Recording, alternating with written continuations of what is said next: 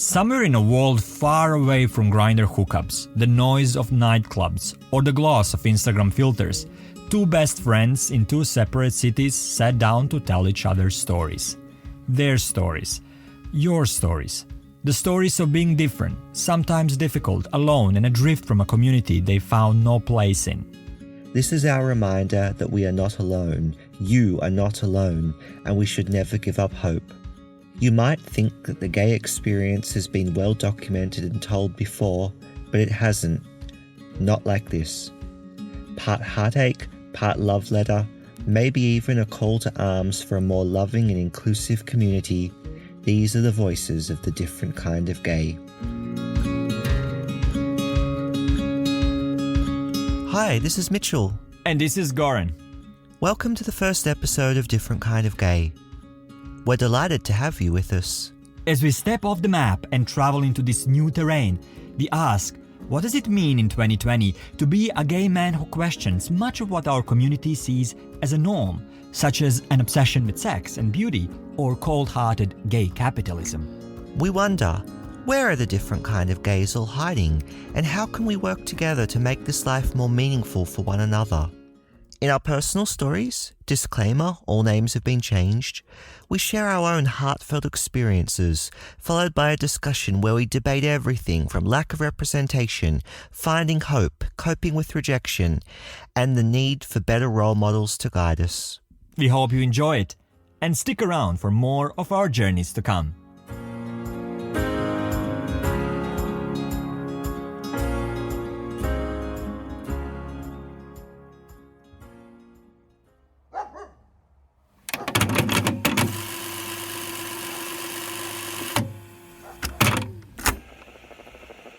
For Mitch, 25th of August 2011, Sydney, Australia.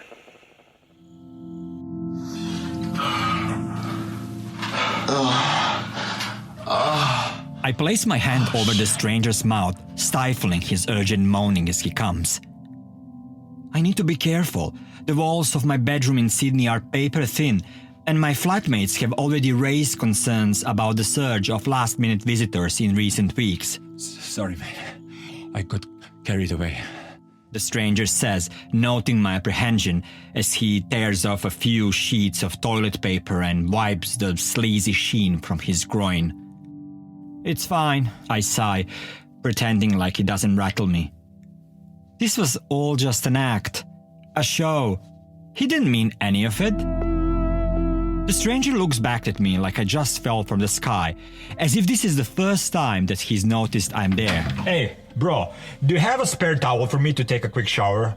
I've got to run, got a couple of things to finish tonight. Until just a few minutes ago, this sex machine I met on Scruff seemed to have all the time in the world on his hands. Now, he's the busiest guy alive. Typical. Uninterested, I point to the towel drawer, curl up on the mattress, and turn my face to the wall so I don't need to look at him as he leaves. Don't ask me who he is. All I want is for him to disappear so I can wash his sweat off my bedding, scrub my body, and forget he has ever been here. I mean, how did I end up living this life? I'm a 35-year-old who has had only one romantic relationship in the last 10 years, only one, and that was with an eternally drunk Scottish backpacker who ran away as soon as he sobered up. I mean, I'm tired of getting people who want nothing but a quick release of dopamine. Yeah, maybe it works for now, but what will happen when I grow old and no one wants me?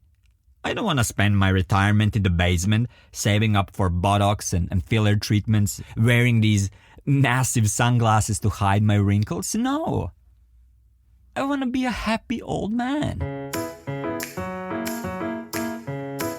Goran, you will duct tape that ass shut if need be. I say aloud while neurotically loading linen into the washing machine. But despite the warning to myself, I know that this is not the last time I'll be doing this. Gay men steal my heart like no one else can, and yet they leave a wound so deep, it never stops bleeding. Not everyone is the same. Oh, really? Speaks out the eternal optimist in me. But before he can continue, the other voice asks, So, where are they? Why haven't you met them yet? Yeah, another pity As party. this back and forth dialogue plays out, I can't help thinking back to memories of Philip, my ex-boyfriend and the love of my life.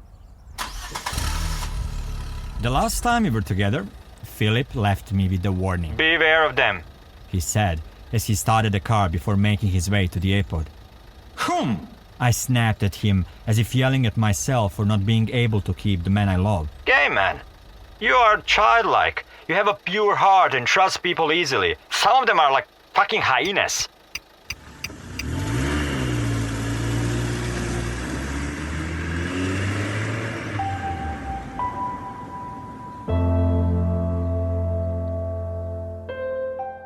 As I watched his car drive away and his brake lights blink on and then off, I realized I would never see him again. I stood there alone in the open, left at the mercy of the people I feared. After 5 years of peace, I was back to the minefield called gay dating. And the only thing I could think of was how to get out of it in one piece.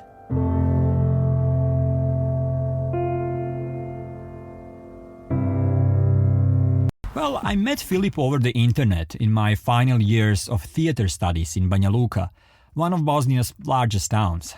He comes from a poor neighborhood in the mountains, not too far from where I studied, but he ended up working at a prestigious hotel chain from the tiny island of Bermuda, where he would make his name as a genius chocolate maker. A kiddo from Bosnia who was raised solely by his grandmother, and now he has become a celebrity chef cooking for the Clintons and Beyoncé. One of the lucky ones, indeed. For 5 years we were together, I only knew pure, innocent love. We spent my summer holidays at his beach cottage, steps away from the world-famous Horseshoe Bay. I know it will sound tried, but I loved that man more than I loved myself. What? I don't know how did I end up here, having meaningless transactional sex with strangers who leave me empty, depressed and feeling worthless. No, I don't. Two Bosnians on a scooter ride through a Caribbean paradise. Sounds like a fucking fairy tale. And guess what? All fairy tales end. Tom spews his bitchiness several years later as I'm retelling him the story of Philip. These are some of the most defining moments of my life, but he fails to be moved by any of it. Tom, a law student, is a gay man with whom I share a dorm room during my graduate studies in the Czech Republic. We became close friends, even though, hand on heart, we were two completely different people. I am an old-school, hardcore romantic, easily in love, monogamous. I only have sex with those I have feelings for. It's such a waste of time. Have sex as much as you can, and while you can, life is short, says Tom as he prepares for another hookup with a guy from Gaydar. He sees my values as outdated, heteronormative, traditional, and plain boring. When he's not in class or someone's bed, Tom spends his time training at the gym with Madonna's music blaring from his oversized headphones. She stepped away from me and she moved through. I live an ordinary, quiet, and unassuming life. I spend my free time listening to Lorena McKennitt and discovering new potential archaeological sites on Google Maps. Instead of expensive shoes, you will find a carefully curated collection of prehistoric pottery in my closet. I don't travel to Mykonos or Sitges for holidays, but rather spend my summers volunteering for archaeological excavations in Portugal.